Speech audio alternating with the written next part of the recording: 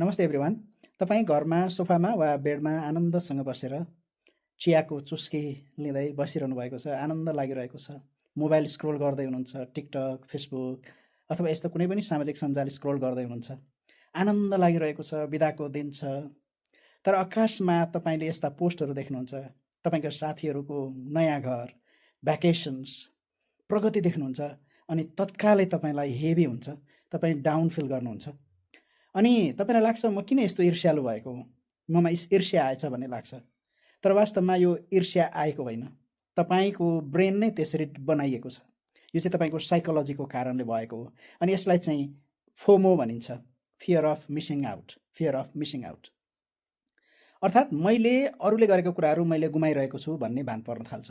मैले इन्जोय गरिरहेको छैन, मेरो जीवन अलि निरस छ कि क्या हो, सबैले प्रगति गरिरहेका छन् तर मैले गरिरहेको छैन भन्ने भान पर्छ। अनि यो साइकोलोजिकल कारण भएको हुनाले अक्सफोर्ड युनिभर्सिटीका डाक्टर एन्ड्र्यूले एउटा अध्ययन गरेका थिए।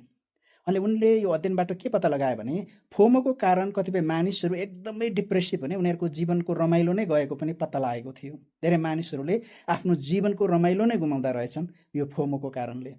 अनि यसको कारण केले हुँदो रहेछ भन्दाखेरि चाहिँ यो हाम्रो दिमाग जब हामी स्क्रोल गर्न थाल्छौँ अनि हामीले जब सामाजिक सञ्जालहरू प्रयोग गर्न थाल्छौँ अनि डोपामाइन भनेको जसले चाहिँ रमाइलो आनन्द ल्याउने हर्मोन चाहिँ झन् बढी जानकारी खोज्न थाल्छ। एउटा कुरा हेऱ्यो भने अर्को खोज्न थाल्छ अनि एल्गोरिदमको बारेमा त यहाँलाई थाहा छँदैछ अनि त्यस्तो जानकारीहरू तपाईँमा आइरहन्छ। त्यस पछाडि हामीमा भएको अमिगडाला नाम गरेको जुन ब्रेनको एउटा पार्ट छ त्यो पार्ट चाहिँ सक्रिय हुँदो रहेछ। अनि त्यो चाहिँ डरसँग र खतरासँग सम्बन्धित छ। अनि त्यसले चाहिँ हामीमा स्ट्रेस हर्मोन निर्माण गर्ने, हामी अनि त्यस पछाडि एकदमै डाउन फिल गर्ने हुँदो रहेछ। अनि यो चाहिँ मनोवैज्ञानिक कारण भएको हुनाले यो चाहिँ हाम्रो ईर्ष्याको कारणले भएको होइन, तर यसलाई बदल्न भने चाहिँ सकिन्छ। अनि फोमोको साटो जोमो अथवा जोय अफ मिसिङ आउट।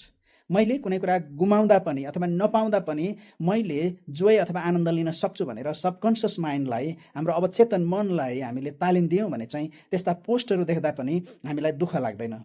अनि उनीहरूको बेस्ट पार्ट, मानिसहरूले आफ्नो बेस्ट पार्ट हालिरहेका हुन्छन्, रियल लाइफ हालिरहेका हुन्छन्। हामी रियल लाइफमा त्यो हेरिरहेका हुन्छौँ।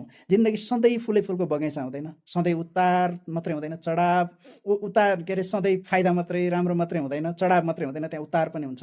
अनि उहाँहरूले उतार हाल्नुहुन्न, मैले पनि हाल्दैन, यहाँहरूले हाल्नुहुन्न, चढाव मात्रै असल कुरा मात्रै हाल्छौँ हामीले। यो भएको कारण चाहिँ हामीमा त्यो नैराश्यता आउँदछ, फोमो हुँदछ। अनि यसबाट बच्ने उपाय भनेको जोमो हो, जोय अफ मिसिङ आउट। कुनै कुरा गुमाउँदा पनि खुसी हुने। हवस् त, फेरि भेटौँला। धन्यवाद।